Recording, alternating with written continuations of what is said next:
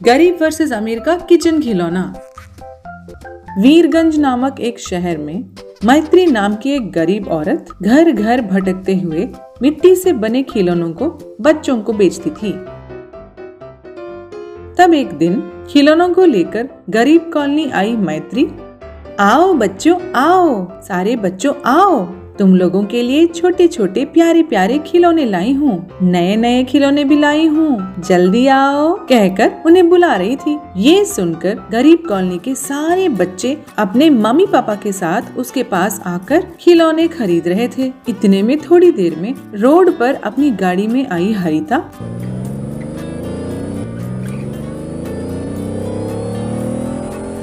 उन्हें देखकर, ए, तुम लोगों को अकल नहीं है? जब भी देखो इसी रोड पे रहते हो। देखो ये रोड गाड़ियाँ घूमने के लिए बनी है, ऐसे तुम लोगों के फालतू के मीटिंग्स के लिए नहीं। हटो साइड में। मेम साहब एक मिनट, मैं ही साइड में चली जाती हूँ। देखिए बच्चों ने खिलौने भी ले लिए हैं।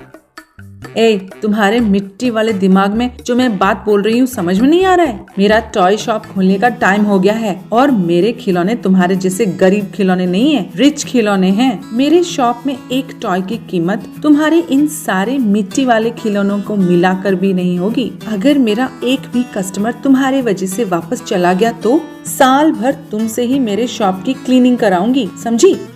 ये सुनकर गरीब कॉलोनी की रबड़ी देवी ने कहा, ओहो मेम साहब, तब से देख रही हूँ थोड़ा ज्यादा नहीं बोल रही हो। हम यहाँ से नहीं हिलेंगे, आपको जो करना है कर लो। और एक बात बताओ, गरीब खिलौने करके जो मुंह में आए बक रही हो? क्या इन मिट्टी के खिलौनों के जैसे अच्छे से खेल सकते हैं उन प्लास्टिक टॉयज के साथ? हे गरीब लेडी, हु आर यू? तुम जो मन में आए बक रही हो? आफ्टर ऑल तुम्हें क्या पता है मेरे खिलौनों के बारे में?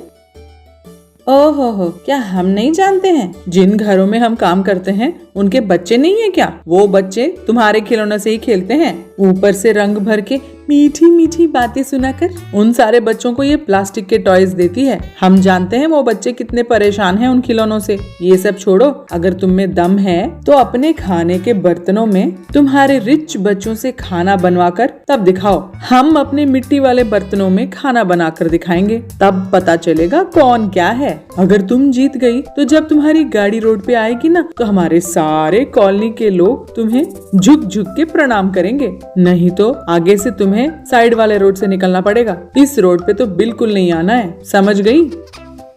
गॉड, कितनी घमंडी हो तुम, मुझे ही चैलेंज कर रही हो। देखते रहना, कल ही तुम्हारे कंपटीशन को सेट करूंगी मैं, कहकर वहाँ से गुस्से से निकल गई।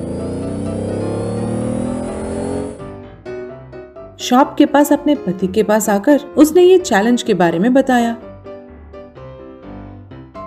क्या हरिता, तुम भी ना इतनी पढ़ी लिखी हो, तुम हार जाओगी कहकर जानते हुए भी मुकाबला करना जरूरी है क्या? देखो वरुण, मैंने तुम्हारी सलाह नहीं मांगी है। अगर मैंने चैलेंज किया है तो ऑब्वियसली मैं ही जीतने वाली हूँ।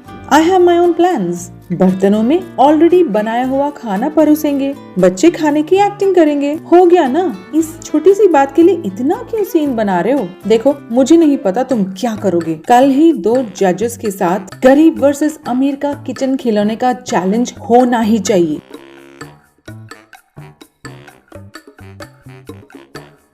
अगले दिन 2 लेडी जजेस के साथ गरीब बच्चे और उनके पेरेंट्स और अमीर बच्चे और उनके पेरेंट्स के बीच में गरीब वर्सेस अमीर का किचन खिलौना चैलेंज शुरू हो गया।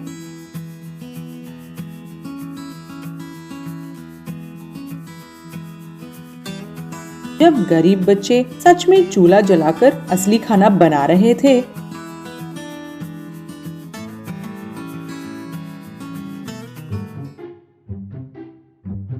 तो उस तरफ अमीर बच्चे ऑलरेडी बनाया हुआ खाना बर्तनों से निकालकर परोस के खा रहे थे।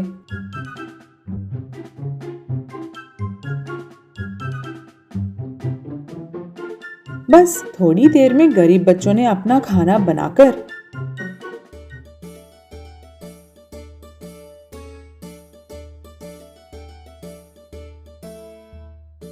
जब खाना शुरू किया तब तक अमीर बच्चों ने अपना खाना खत्म भी कर दिया।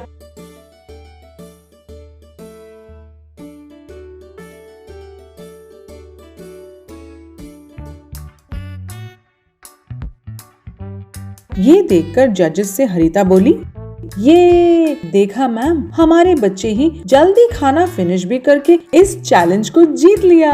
एटलीस्ट आप अपने जजमेंट से इन गरीबों के दिमाग में थोड़ा अकल डालो।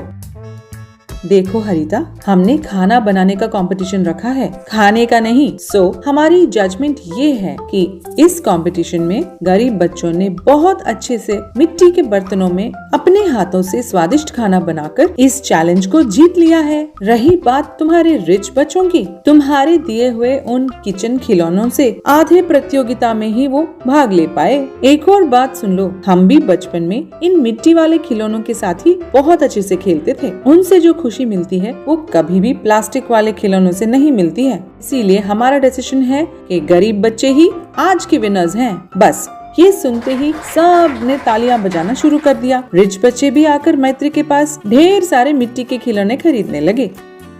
ये देखकर हरिता गुस्से में वहाँ से चली गई।